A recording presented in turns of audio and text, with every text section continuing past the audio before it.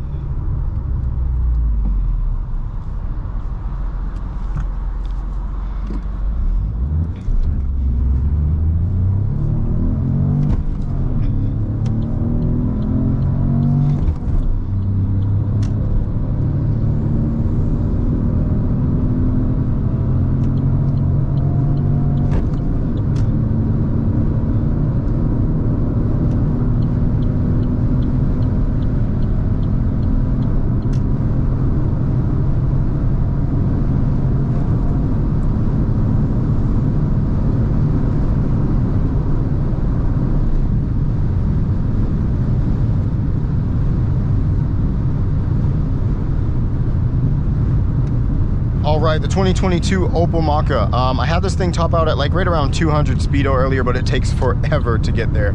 Down low, it is quite peppy actually. So this one is the 1.2 liter turbo, 3-cylinder petrol, and it puts out 130, right around 131 PS. It's not that fast, but it does feel quite eager to get you going, especially below 140 kilometers an hour. On top of that, it starts to feel pretty slow.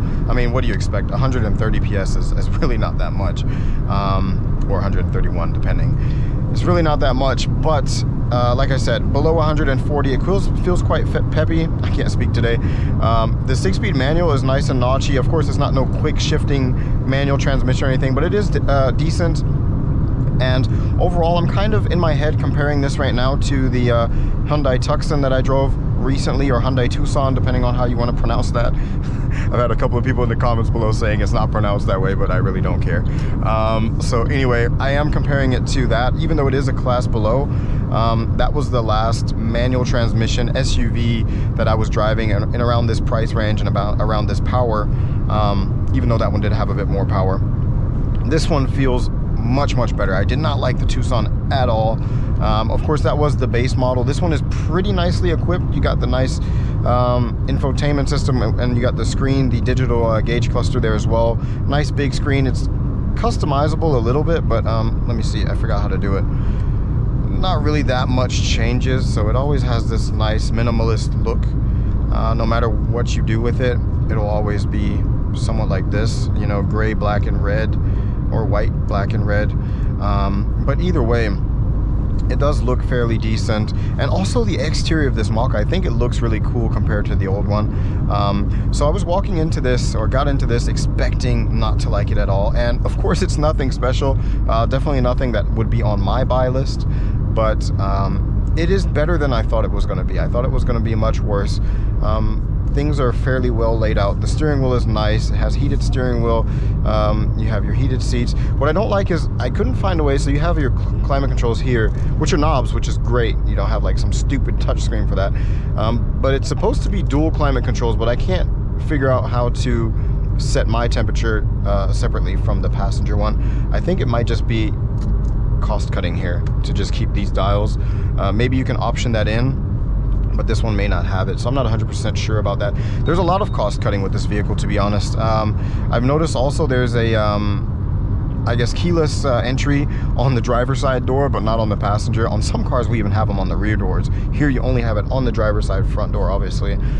So that kind of sucks. And another thing that's really annoying is the assistance systems, again, are hidden in a menu here. Super inconvenient to get to. It's too many steps. I don't even want to go through that. And then you also separately have a lane assist here, which defaults on every time you start up the vehicle. And you can't just push this button. Oh, that was a hard push, but you can't just push this button to turn it off. You can push the button to turn it on, obviously, because it's safety measures. But to turn it off, you have to hold it. So I'm holding it close to like 5 seconds. Holding this for 5 seconds just to turn it off. If you're giving me a button and I push this button hard enough to turn it off, that means I want to turn it off. I mean, I could turn it back on like this as well.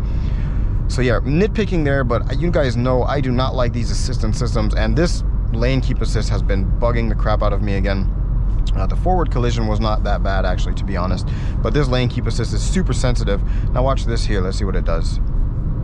Okay, it's not doing anything. Yeah, well, that sucks. So yeah, these systems are just, and it's on. It is on. These systems are really not that good. I don't think they belong in vehicles yet. I think people need to focus on driving, need to learn how to drive properly, and I think that would be much better for the world, and it would make the world a much safer place. Other than that, the rant is over about the assistance systems. Like I said, I do like the exterior look. The interior is nicely laid out as well. It does look quite sporty with these red seats here, or the red accents on the seats, the fake carbon here. I do like the way everything looks. It is just nothing special, you know. It's still a fairly cheap feeling vehicle. You have some hard touch plastic here. You have this nice little leatherette here, hard touch plastic down here, but it is grained, so it doesn't feel super cheap. It feels cheap, but it doesn't feel super cheap. So like I said, I do like this a lot more than that Tucson or Tucson I drove. Now this is size-wise more comparable to a Hyundai Kona, but as I said, I am comparing this to that because it was the last manual SUV that I've driven, I believe. And yeah, so overall, decent vehicle. I can definitely recommend it for people that just like the styling or are looking for a vehicle like this in this price range. Me personally, I would prefer an automatic, but this manual is decent. Like I said, not a quick shifting manual or anything, but it is decent. So I can definitely recommend this vehicle. It's not on my buy list, but I can recommend it for people that are looking into buying this vehicle. Go ahead, test drive it, of course, always before you buy anything. And yeah, that'll be it for today, guys.